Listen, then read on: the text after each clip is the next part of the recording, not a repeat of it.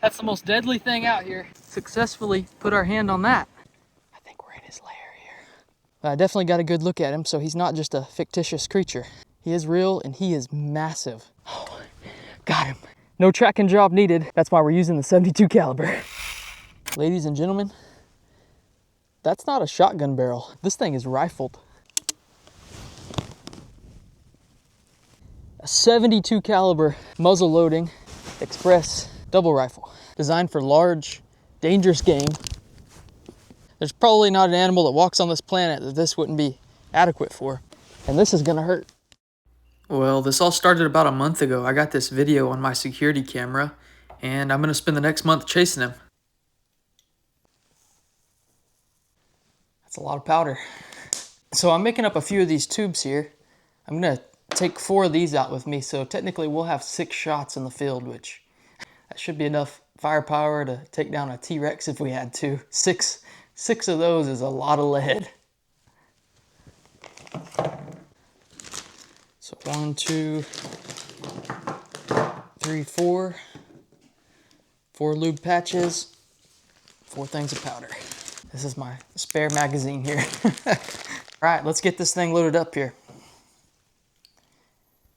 And you might be thinking this is just like a 12 gauge, but guys, I'm using over twice the powder that a 12 gauge would use. That's a lot of powder.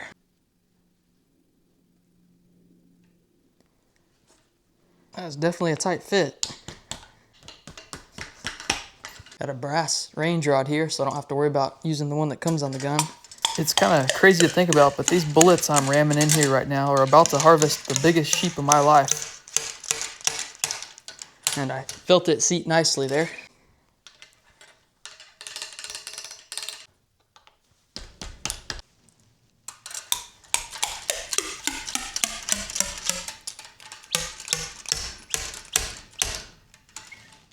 All right, now I've got my caps here.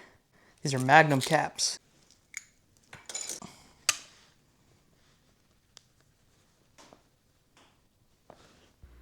A bunch of guys in the comments on the last video here are telling me to leave it on half cock, but I tried it. The caps fall off, and when you shoot, the opposite side falls off.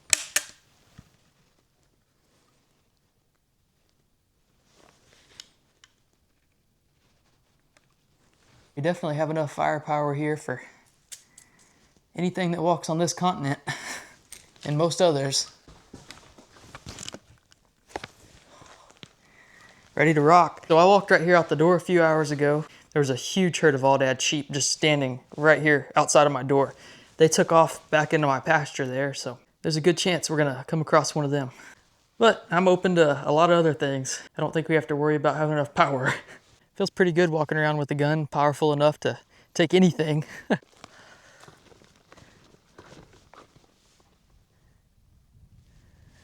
guess today would be a good day for us to come across that lion. Feels like we're out walking the plains of Africa, huh? My whole life I've always wanted a double rifle like this. I've always been too cheap to buy one. Until now. It's an asset of the channel. Just jumped something. It was just a white-tailed doe and a fawn. False alarm.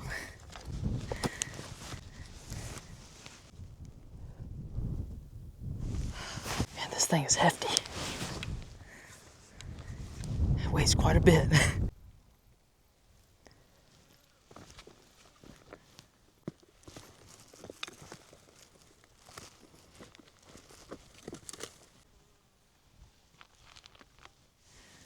It's a pretty good looking spot here.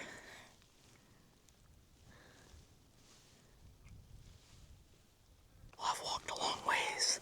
The sun is starting to set, so let's go sit here at this watering hole and see if anything will come in.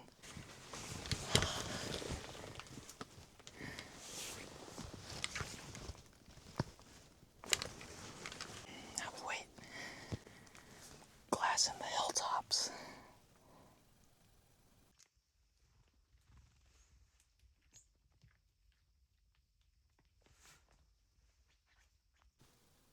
The sun is starting to set here. About 15 years ago at this time, I was sitting in my mom's horse barn hunting sparrows with my BB gun. And now I'm sitting here years later, on my own ranch, with an elephant gun. Everyone always says I'm on my parents' ranch. Nope. This is all my land that I bought with money that I worked for. I sold an apartment building to buy this place here.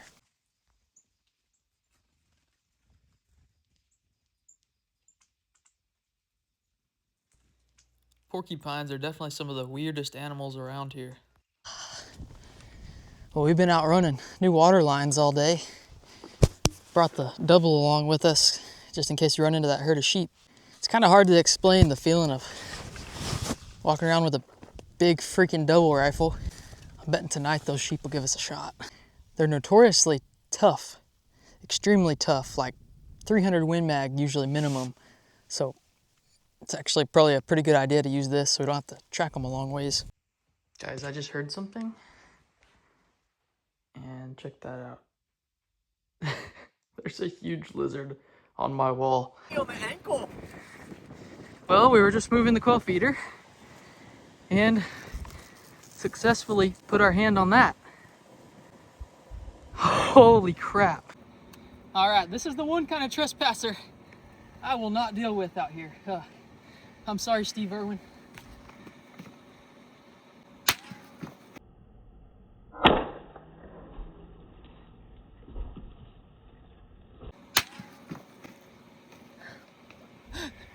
Got him. Man, that could have definitely killed us right there. That's the most deadly thing out here. It's rattlesnakes. Yeah, that could have been really bad. Our fingers were like that close to him. And my dad's foot touched him when we lifted that thing up. Well, he ain't gonna be hurting nothing now. That rattlesnake really did scare me. That thing wasn't but probably 30 yards away from the cabin right there. If there's one that size, usually its siblings are somewhere not very far away, and its mama. So I've been going around the cabin all day filling in holes and stuff. Little holes and cracks, all that kind of stuff that a snake could fit through, because growing up, my great-grandma had a rattlesnake in her kitchen, and that's something I will never forget. But I think I got most of the holes filled. With winter coming, they're starting to den up and look for warm places, and under my cabin would be perfect. Whew, let's hope that that was the last rattlesnake of the year, because I am over an hour's drive to a town that has a hospital, so there's a good chance somebody would be in cardiac arrest by the time you got to a hospital if one of those things bit you. Well, I was getting the wood stove ready here to build the first fire of the year, and this little bird's like mummified in here. Well, tonight definitely marks the beginning of winter. A first fire of the year means it's gonna get cold tonight. That's ice. All right, guys, getting everything ready to head back out on a nature walk. Everything out here is trying to kill you. Check this out. I narrowly missed last night. There was a scorpion in my wood, and then that's not the worst of it. That right there is what they call a kissing bug. And if that bites you, you're gonna have serious like neurological damage. I think it might put like a parasite into your brain. It can cause a terrible disease, I know that. And those scorpions, and that's one of the most painful things I've ever endured, is being stung by those. They're everywhere around here. It's almost like this land was never meant to be settled. Gotta go check some water troughs this morning. I always leave my water troughs where they're dripping, where they're running over just the perfect amount for the quail and rabbits and stuff like that to be able to drink out of, but gotta go check and make sure they're all dripping right. With the real cold spell we've had come in, that could change it. Taking the 72 caliber muzzleloader with us. Maybe we'll come across a sheep to shoot. All right, I think I got everything. Pretty good walk we got ahead of us. The area of the ranch I'm headed to is not accessible by vehicles, so it's all on foot. Well, my dad went home already, but yesterday when he was here, set up this new protein feeder at the cabin. Got some fresh alfalfa, moved the quail feeder back here, and I've got a new water trough set here. And it looks like it has the perfect drip on it. You notice it makes that little puddle down there. This protein feeder's for the Aoudad. The Barbary sheep, they really don't care much about corn, but man, protein, they really love it. I'm still hunting the ghost sheep out here. We're about to walk through the area where I think he lives, so maybe we'll get a shot. But so far, he's been like a ghost. Check this out. Definitely a fresh lion kill up here on this hill.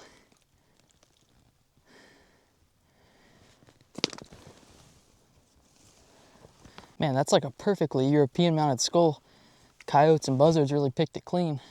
That might look kind of cool in the cabin. Hopefully we run across that lion out here because we got the right equipment for it today. I'm gonna descend into this valley here and hopefully that big old Aldad jumps out. I suspect in this valley down in this thick stuff is where he hides out at, since he wasn't up on the hill.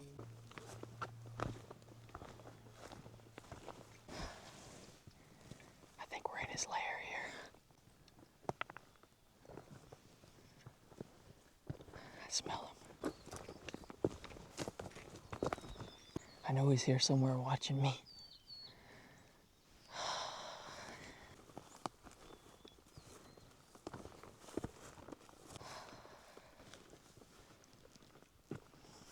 Well,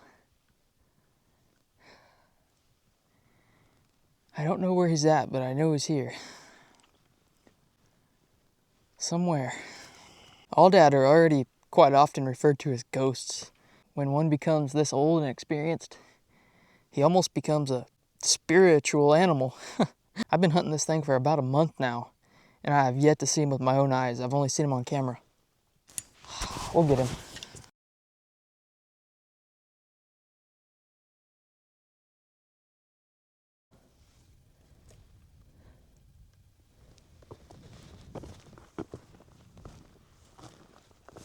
Aldad can range a long ways, 30, 40, 50 miles. He's so old and crippled that I honestly don't even think he can jump a fence to migrate. So he's just living out here in this pasture right here where he knows there's food and water. He's stuck around longer than I thought he would, but man, I really would like to get him. That fur he has with those nice chaps on his front, man, that sure would make a pretty rug. All right, heading back out for our daily walk with the double rifle. Eventually, we're gonna get a shot with this thing. So the nearly fictitious Aldad that I've been after, he's still been coming in every single night to that protein feeder, so I know he's in the pasture here somewhere. He's just really good at evading me, I guess.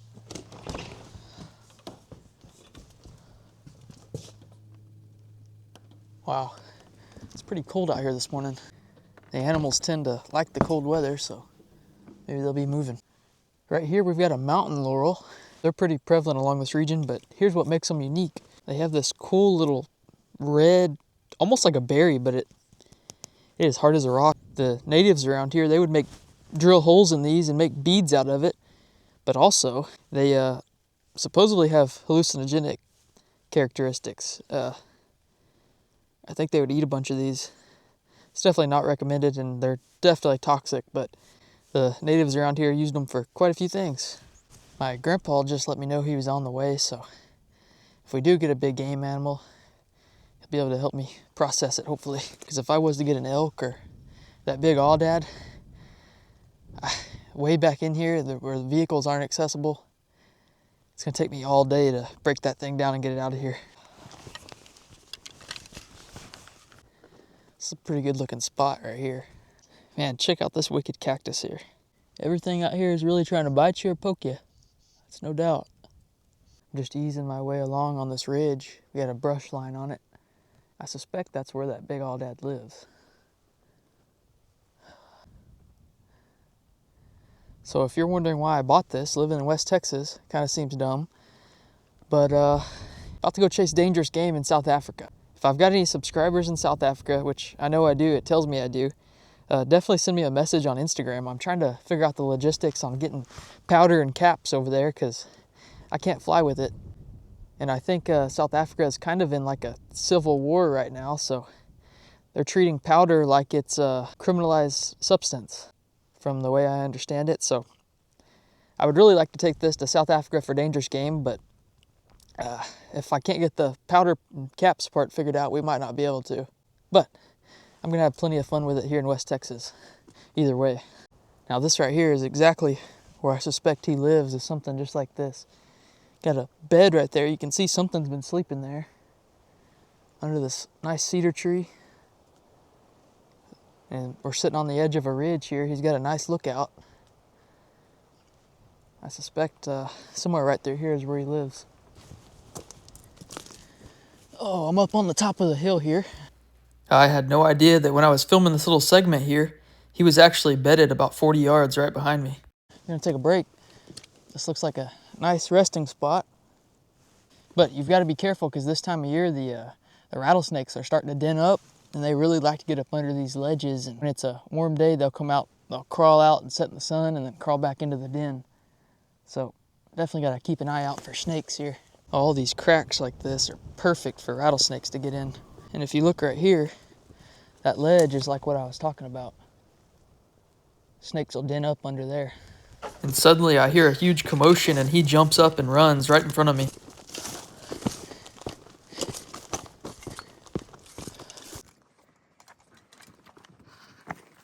Just jumped him.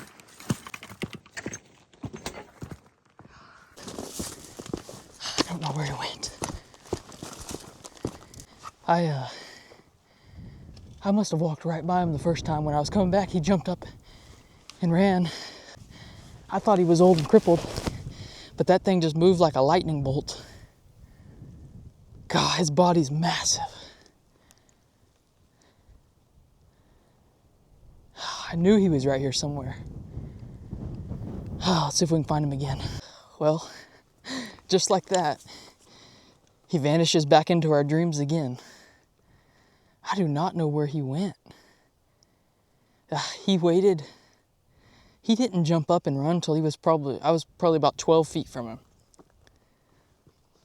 I just couldn't get the camera up and the gun up in time to get a shot off. But I definitely got a good look at him, so he's not just a fictitious creature. He is real and he is massive. I mean, his body size, he probably weighs about what a cow elk around here weighs, at least. He's gigantic. Oh. Hopefully I can find him again. And I figured out why he wouldn't come to the watering hole we kept sitting at for him. It's because from his vantage point up here on the hill, he was watching me walk down into that blind. They're that smart. He was observing me.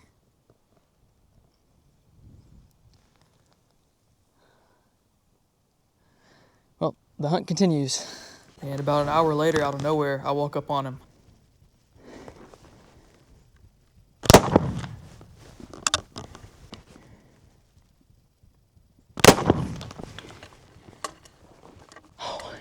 Got him.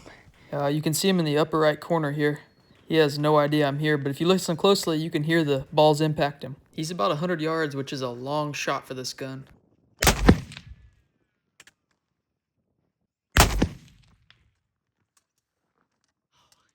Whew.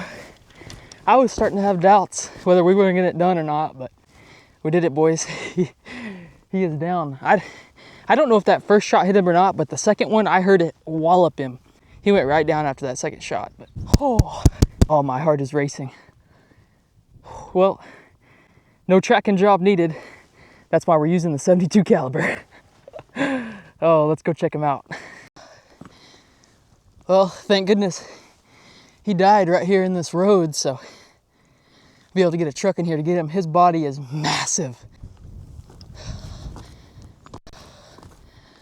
This will definitely go down in the record books as the most unique aoudad I've ever harvested.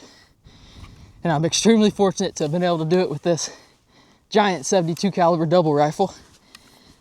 See the hole right here, the second shot went right into his heart, broke both shoulders, which is really the goal when you're using something like this. Man, I couldn't be more excited about this. Let me show y'all a close-up of his horns here. They are extremely unique, and look at his chap. He's got a massive chap on him. He was an old warrior. Look at how unique his horns are. I don't know if he broke them off fighting or got hit by a truck when he was young or something, but something definitely happened to him. Look at that beautiful chap. If you look closely right there, you can see where the bullet went in. Perfect heart shot on him. Oh, what a great trophy. This thing lived a magnificent life out here in the wild, and he was definitely on his last year. There's no way he would have survived through the winter as crippled as he was, but I'm extremely honored to be able to harvest such a beast. 72 caliber Kodiak Express does the job on these giant West Texas Aoudad. Man, look at his head here. That is just so unique. I have never seen one with horn growths like this. This is just insane. This one's definitely getting mounted and going in the cabin here at the homestead. Well, now I got a lot of meat to deal with. Whew, man, that was a fun video, and I'm glad you guys joined me. Don't forget to click that like and subscribe button, and I'll catch you on the next one.